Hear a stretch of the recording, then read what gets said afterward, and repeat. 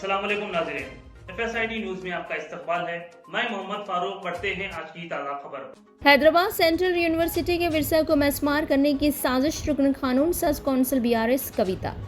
रुकन कानून साज कौंसिल BRS व सदर तेलंगाना जागृति कविता ने कांग्रेस पार्टी की मुतसबाना पॉलिसी पर शदीद तनकीद की और कहा कि कांग्रेस हमेशा अमीरों को तहफ़्फ़ुज़ फराहम करती है और गरीबों और कमज़ोर तबक़ात को निशाना बनाती है।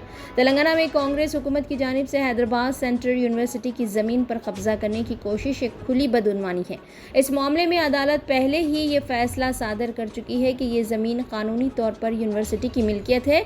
ये वही ज़मीन है जो साबिक़ वज़ीर आज़म इंदिरा गांधी के दौर में दी गई थी और जिसे BRS हुकूमत ने हमेशा तहफ़्फ़ुज़ फराहम किया, लेकिन अब कांग्रेस हुकूमत इस पर ज़बरदस्ती कब्ज़ा करने की कोशिश कर रही है। कविता ने कहा कि कांग्रेस पार्टी BRS पर बेबुनियाद इल्ज़ामात आयद कर रही है और ये दावा कर रही है कि हम बाअसर अफराद जैसे माई होम रामेश्वर राव की हिमायत कर रहे हैं, लेकिन हकीकत यही है कि कांग्रेस में खुद इतनी हिम्मत नहीं कि वो उनके खिलाफ तहक़ीक़ात और कार्रवाई करें। कविता ने ये वाज़ेह और दो टोक अंदाज में कहा कि अगर कांग्रेस के पास हिम्मत है तो वो जांच करें और रामेश्वर राव के खिलाफ बुलडोज़र कार्रवाई करें। उन्होंने कहा कि कांग्रेस अमीरों को तहफ़्फ़ुज़ फराहम कर रही है और गरीबों को निशाना बना रही है। कांग्रेस हैदराबाद सेंट्रल यूनिवर्सिटी को नुकसान पहुंचाकर आम शहरियों, गरीबों और कमज़ोर तबक़ात को निशाना बना रही है। अगर कांग्रेस हुकूमत वाकई बुनियादी ढांचे की तरक्की के लिए ज़मीन चाहती है तो वो पहले से मौजूद 397 एकड़ ज़मीन इस्तेमाल करे जो पहले ही हैदराबाद सेंट्रल यूनिवर्सिटी के लिए मुख्तस की गई है, लेकिन इसके बजाय कांग्रेस हुकूमत SCU के 2500 एकड़ पर मुश्तमिल कैंपस को निशाना बना रही है, जो इसके कुदरती हुस्न, माहौलियात और पुरअमन तालीमी निज़ाम के लिए एक बड़ा खतरा है। हैदराबाद में पहले ही तरक्की के लिए बहुत सारी अराजियात मौजूद है, लेकिन HCU की ज़मीन पर बुलडोज़र चलाने का मतलब यही है कि कांग्रेस हुकूमत को तालीमी इदारों की हुर्मत और माहौल के तहफ़्फ़ुज़ की कोई परवाह नहीं। BRS लीडर कविता ने कांग्रेस हुकूमत से मुतालबा किया कि वो अदालत के फैसले का एहतराम करें और हैदराबाद सेंट्रल यूनिवर्सिटी की ज़मीन के तहफ़्फ़ुज़ को यकीनी बनाएं। हक़ाइक़ को तोड़ मरोड़ कर तालीमी इदारों पर हमला करना ये साबित करता है कि कांग्रेस की असल तरजीह सिर्फ बाअसर तबके को फ़ायदा पहुंचाना है और आम लोगों और कुदरती वसाइल को नुकसान पहुंचाना इसकी पॉलिसी का हिस्सा बन चुका है। उन्होंने कहा कि BRS पार्टी हमेशा तालीमी इदारों के तहफ़्फ़ुज़, गरीबों के हक़ूक़ और माहौलियात की हिफाजत के लिए अपनी जिद्दोजहद जारी रखेगी।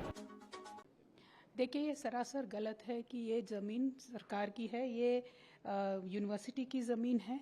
और मैं ये कहना चाहती हूँ कि जब सरकार कोर्ट में जीतती है ये लैंड को, ये ज़मीन को वापस यूनिवर्सिटी को देना चाहिए। That is only fair. और बच्चे बस यही पूछ रहे हैं कि हमारी ज़मीन हमें दे दो, इसमें कुछ मत करो।